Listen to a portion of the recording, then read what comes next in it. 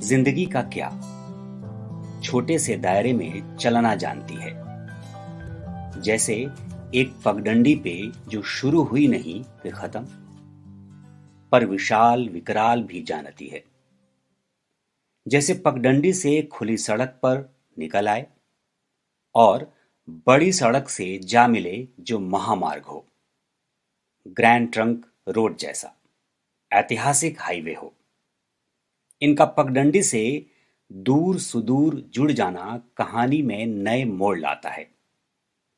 Truck ट्रैक्टरों की दहाड़ से पगडंडी थर्रा जाती है, या सिल्क रूट से चिरकाल से उतारे रेशमी एहसास उसको नरमी से लपेट लेते हैं। पगडंडी चमत्कृत होती है कि कहाँ से आ रही होंगी ये सड़कें, किन वक्तों से, काफिलों से, सरहदों से, और कहां से कहां आ गई मैं, कितने अलग अलग जीवन पार करके। क्या अभी भी वही पगडंडी हूं, या उसके भी पहले की जरा सी रविश?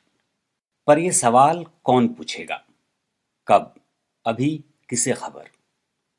अभी कमरा है, मौन है, और बेटी मां के पास आ रही है। वो बड़े की बहन है और उसे देख वे चिल्ला पड़े हैं।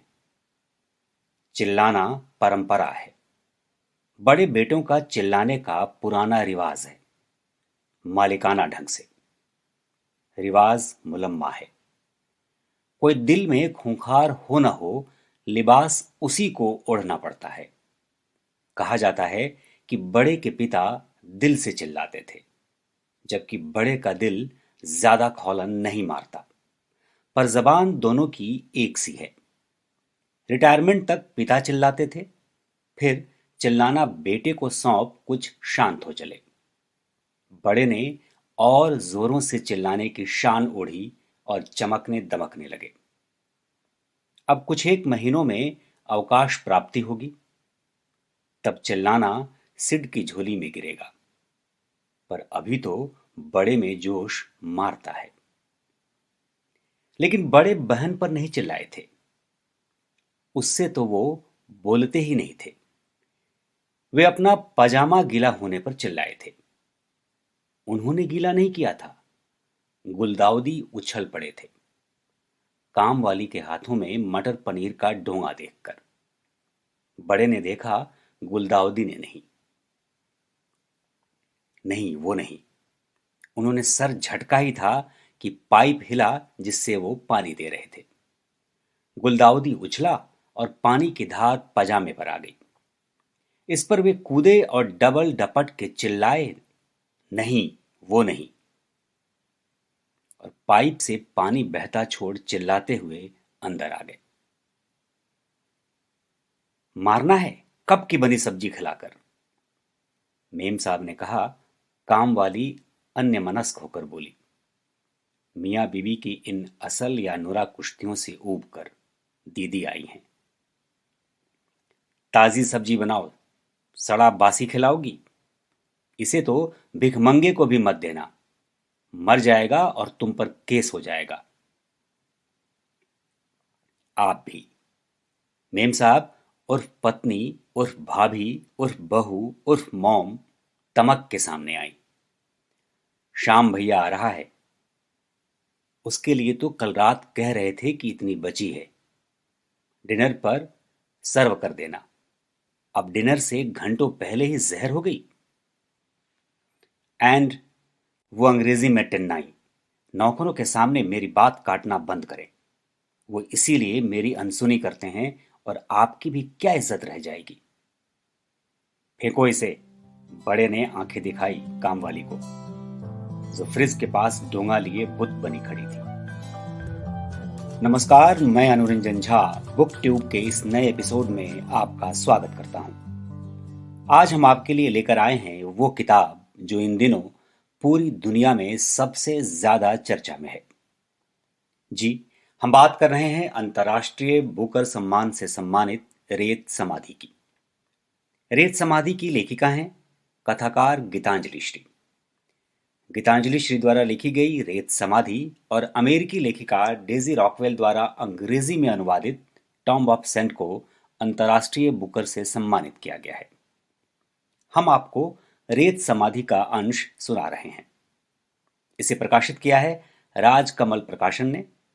376 पेजों की इस किताब की कीमत है 450 रुपए, जो अमेजन, फ्लिपकार्ट समेत तमाम ई कॉमर्स साइट्स पर उपलब्ध है। आइए आपको सुनाते हैं इसी किताब का एक और अंश। वह दरवाजा।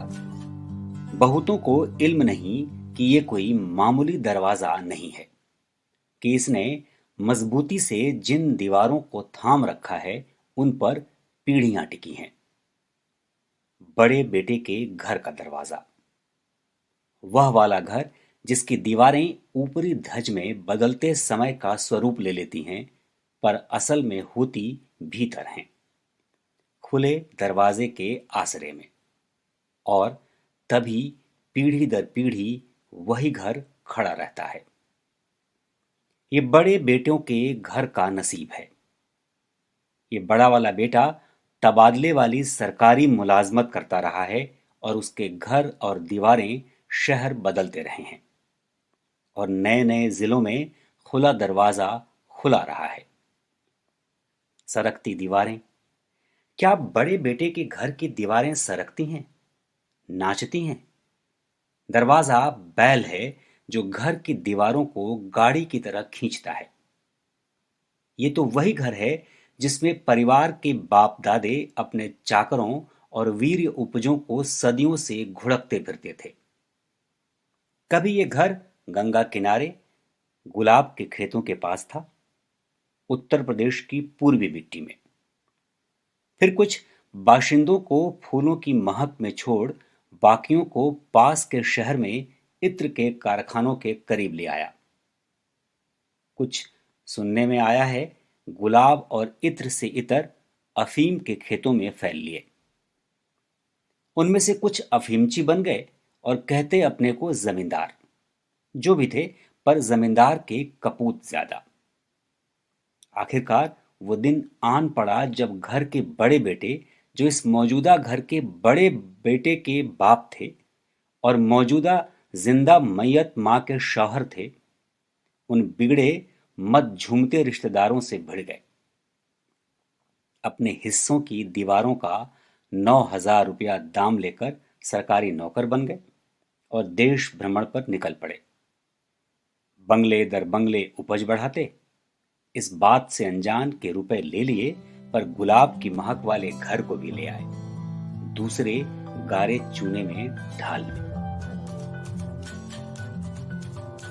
आप सुन रहे थे गीतांजलि श्री की रेत समाधि का अंश। बुकट्यूब से जुड़े रहिए। हमें लगातार यूट्यूब, फेसबुक, ट्विटर पे फॉलो करिए। हमारे चैनल को यूट्यूब पे सब्सक्राइब करिए और लगातार नई नई किताबों के बारे में सुनते रहिए। तो पढ़ते रहिए, सुनते रहिए और हमारे साथ जुड़े रहिए। हम फिर हाजिर होंगे एक नई किताब के साथ। तब तक के लिए नमस्कार।